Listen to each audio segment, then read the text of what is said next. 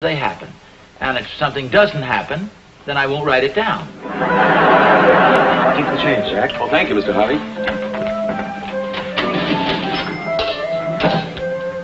Know who that was? Who? William H. Harvey. Just finished writing a book on antiques. Make a big note of that, Oz. What? No wonder you have nothing to tell Harriet when you get home. You don't recognize something interesting when you see it. What are you talking about? You know what I'm going to tell Clara? I had a dish of ice cream with a famous author who just finished a book on antiques. What's his name again? William Harvey. That's right, my old friend Bill Harvey. You're not going to tell that to Clara. Who says I'm not? If you got a dime, I may even phone her. On second thought, I'm going to give this piece of news to you exclusively. Well, thanks a lot, but you don't think I'd tell Harriet a phony story like that, do you? Well, what's phony about it? You were having a dish of ice cream, he was having a dish of ice cream, so you were having a dish of ice cream together. See how simple it is? A little too simple, if you ask me. You mean you're not going to try it? Well, of course not. Okay. Here you are, Jack. Oh, thank you. So long, Jack. So long. So long.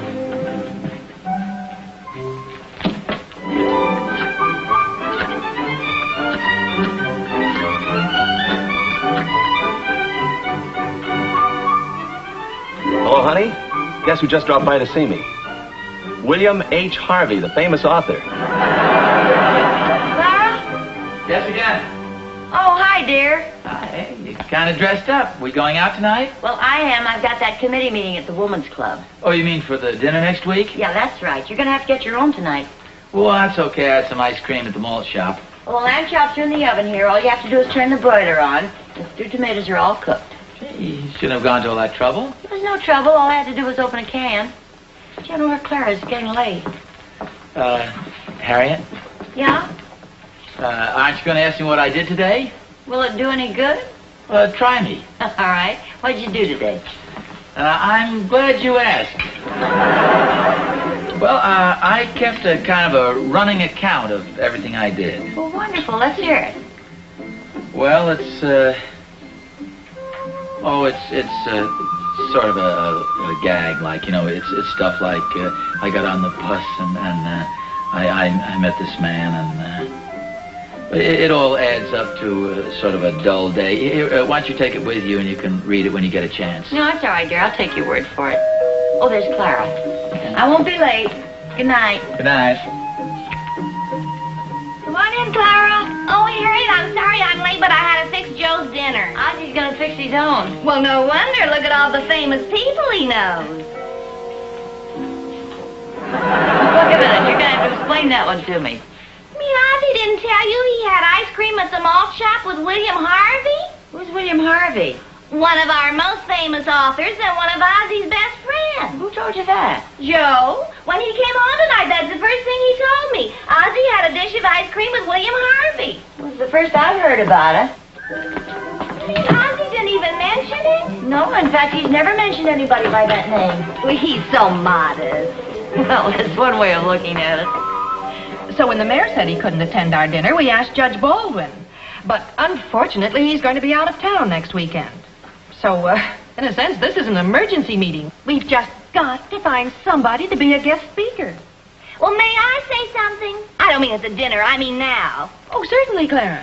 I think I know who we can get. How would you all like to have a famous author for our speaker? Author? Yes. Oh. He happens to be one of the best friends of my husband's best friend, Who's that?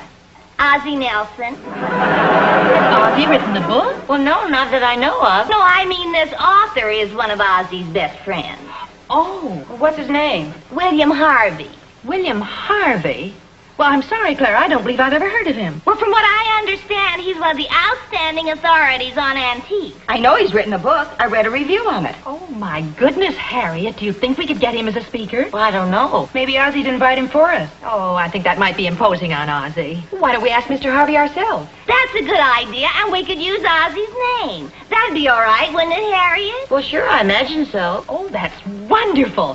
We could find out where he lives and then go over there right after the meeting. All those in favor of inviting the famous author, John Harvey... William Harvey. I'm sorry. All those in favor of inviting the famous author, William Harvey, to be our speaker... And using Ozzie's name. Oh, yes. Say aye. Ozzie. Aye.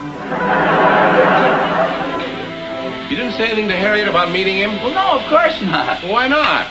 Well, for one thing, I couldn't remember his name. William Harvey, that's simple. Well, even if I had remembered his name, what could I tell her? Actually, I didn't even meet the man. Look, Oz, you were in the malt shop, weren't you? You were sitting at the same counter with him. You were having ice cream with him. And why am I helping you with these dishes? Because you just had 2 pieces of apple pie and a cup of coffee. But nevertheless, I still can't understand why you didn't tell Harriet. Well, because there was nothing to tell her. What do you mean there was nothing to tell her? It took me a half hour just to describe how Jack scooped the ice cream into the dish. Well, maybe it was 10 minutes. All I know is Clara was fascinated. What's this? The broiling pan. Don't put that in there. Dry it off with this dish towel. Look, I'm not going to dry this. I didn't have any lamb chops. Well, okay. I thought it'd make a pretty good story by the time you got through exaggerating it for Clara's benefit. Are you kidding? If Clara knew I helped you with the dishes, I'd be stuck with them every night. Oh, hi, fellas. Hello, Harriet. Hi, Where's dear. Clara? Well, she went on home. We didn't know you were here. Oh, well, I better get on home, too. I'll see you, Oz. Good night, Harriet. Good night, Joe. Well, you're home early. Yes, thanks to you. Me? Yes, you got us our guest speaker. I did? William Harvey. Why didn't you tell me you had ice cream with him at the malt shop today? Harriet, I don't even know the man. Did Clara tell you this?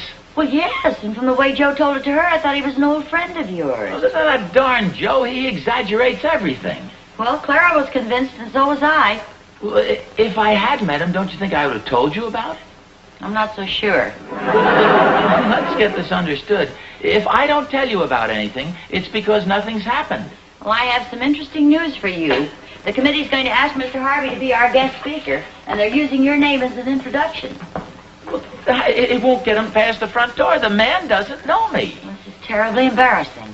When are they going over there? Well, I imagine they're there right now. They were leaving from the women's club. Well, then it's obviously too late. Wonder what happened.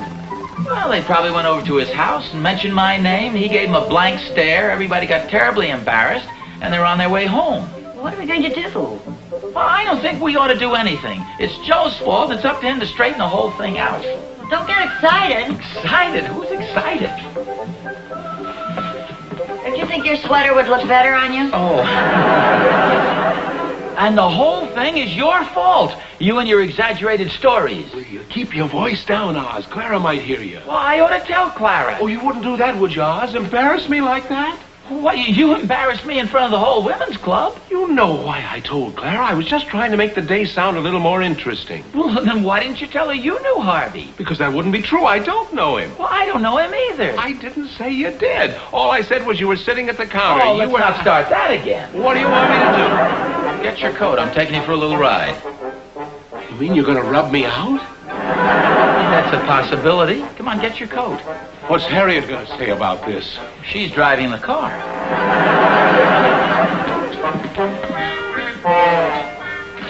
Well, okay, Benedict Arnold. Ring the bell. This is so embarrassing. Well, it'd have been a lot more embarrassing if we had Clara along. Now, ring the bell. Okay, don't rush me. I'm just trying to work up enough nerve.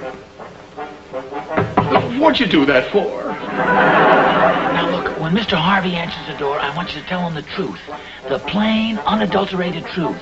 I admit I don't know the man. I never met him in my life. Oh, Well, Ozzie Nelson, what a wonderful surprise. Oh. Won't you come in? Oh, so this is my wife, Mr. Harvey. This is Benedict, Joe Van Dahl. Mr. Harvey? Well, Barbara, Yes, dear? there's somebody here I know you'll want to meet. Won't you please go in? Oh, thank you. For goodness sakes, what a pleasant surprise. This is Mrs. Nelson.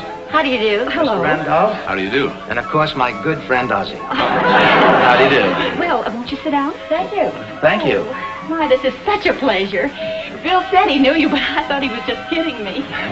You see, my wife is just beginning to take up golf, and she saw you win the tournament last week at the club. Oh, sure. That's where I know you from. We had our picture taken together. That's right. Did you see the tournament, Mrs. Nelson? No, I'm sorry. I missed it. Oh, well, your husband was absolutely fabulous. I love those low shots of yours that bounce along the ground. Yes, well, I take kind of a short backswing, and I sort of punch the ball.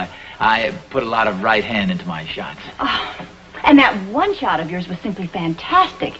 I think it was on the 15th, remember? You hit your balls against that big oak tree and bounced it out to the green. Oh. Oh, yeah, that's one of his favorite shots. Oh. May I offer you some coffee or Coke or something? Oh, no, thank you. We really can't stay. We just stopped by to talk to your husband about the Women's Club dinner. Oh, yes. Mrs. Peabody was just here. I told her I'd be delighted to be your speaker. Oh, that's very nice of you. Oh, not at all. Anything for my old friend Ozzie. Oh, well, thank you. Won't you come over, too, and be our guest for the evening? Oh, thank you. I'd love to. It sounds like fun. I hope you didn't mind my pretending we were old friends. Oh, well, no. And in fact, I was very flattered by it. You see, my wife always claims that I never tell her anything. So this evening when I got home and she asked me if I'd done anything interesting, I couldn't resist saying I'd had a dish of ice cream with you at the malt shop. I figured it must have been something like that. I recognized you from your picture in the paper. Oh, well, thank you very much. Well, thank you again, Mr. Harvey, and we'll look forward to seeing you at the dinner. The pleasure's all mine. Good night. Good night. It's nice to have met you. That is, it's nice to have met you. Good night. Good night, Mr. Benedict.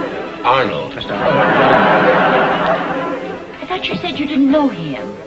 Well, it's kind of a long story. I'll explain it to you later. You see, you were mad at me and everything worked out beautifully. It's through no fault of yours. Oh, come on, Oz. Say you forgive me. Okay,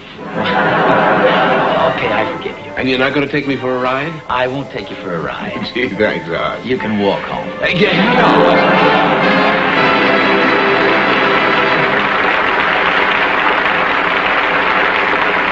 Next week, the Nelson family will be brought to you by Eastman Kodak Company.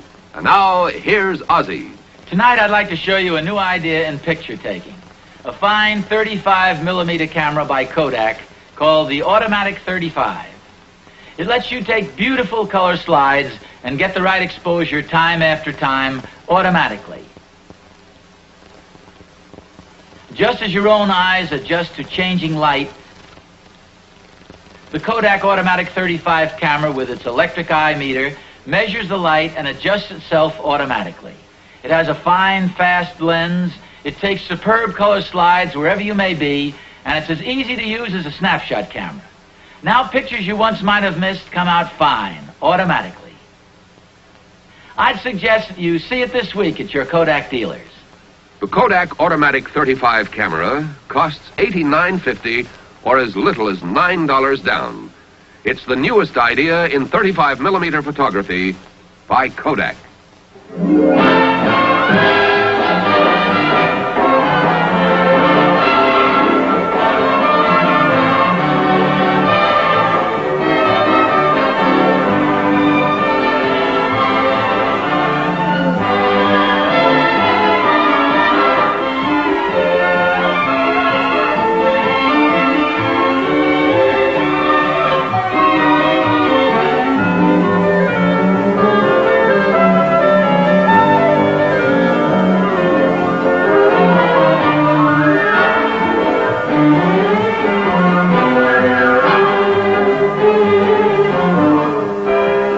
Nelsons have been brought to you tonight by the Quaker Oats Company. Quaker, producers of more than 50 foods for the family. Next time you shop, try one of the many fine products of the Quaker Oats Company. More than one ball player has been so sure he's good that he starts missing easy catches. It's like that with driving a car. The National Safety Council says a really good driver never takes anything for granted. He expects the unexpected and is prepared to react fast. Quick thinking in a pinch is a lifesaver, so don't take a thing for granted when you're at the wheel. Overconfidence can dull the sharpest reflexes. Many of the 37,000 people killed on our highways last year might still be alive if good drivers never relied on chance. Drive as though your life depended on it. It does, and so do the lives of others. Live up to the rules. Drive carefully and courteously, too. Watch for warning signs. Obey posted speed limits. For your own protection, insist on strict law enforcement. When traffic laws are obeyed, deaths go down. This has been an ABC Television Network film presentation.